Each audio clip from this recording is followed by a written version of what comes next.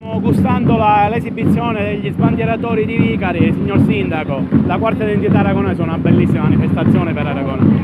Sì, è stata una bellissima manifestazione, questa quarta edizione di Identità Storica di Aragona.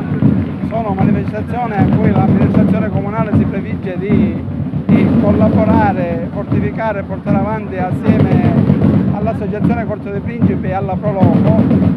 Devo ringraziare sia l'Associazione Corso dei Principi che la Proloco che hanno fortemente voluto questa manifestazione. Un grazie al mio vice sindaco che si è fatto carico di tutta quella che era la parte burocratica, amministrativa e autorizzativa. Ecco, è una serata importante perché abbiamo avuto 10 gruppi, perché ecco, significa avere quella che è l'identità storica, quello che è rievocare delle proprie origini, della nascita di tutte le comunità di Aragona, di Vicari, di Noto, di Enna. Ecco, è importante conoscere le proprie origini, è importante conoscere la propria storia, è importante tramandarla ai nostri figli. Aragona ha ritrovato la sua identità storica, cioè mezza Aragona, diciamo, stasera deve ritrovare un'identità attuale e il sindaco sta lavorando, credo, per questo. Ma stiamo lavorando per questo, stiamo lavorando in maniera soda, l'ho detto un momento fa dal palco.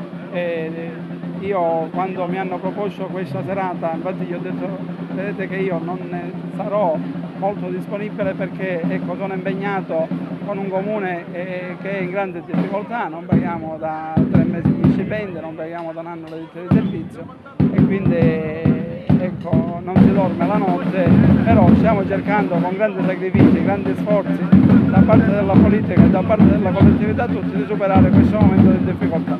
Siamo contenti che sta riuscendo veramente una grande festa, noi ci abbiamo messo tutta l'anima e la voglia, siamo contenti che sta riuscendo bene e quindi siamo soddisfatti, tanto sacrificio dietro perché senza l'aiuto di tanti collaboratori non saremmo riusciti a farla.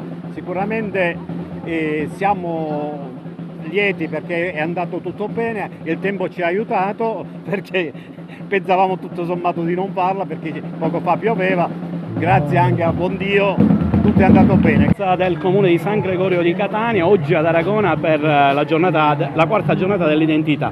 Sì, siamo molto orgogliosi di essere presenti qui oggi. Siamo con il nostro gruppo che è abbastanza nutrito, con abiti meravigliosi del 1600 spagnolo, quindi c'è un nutrito gruppo. Noi non siamo nuovi a queste esperienze perché a San Gregorio si fanno diversi cortei.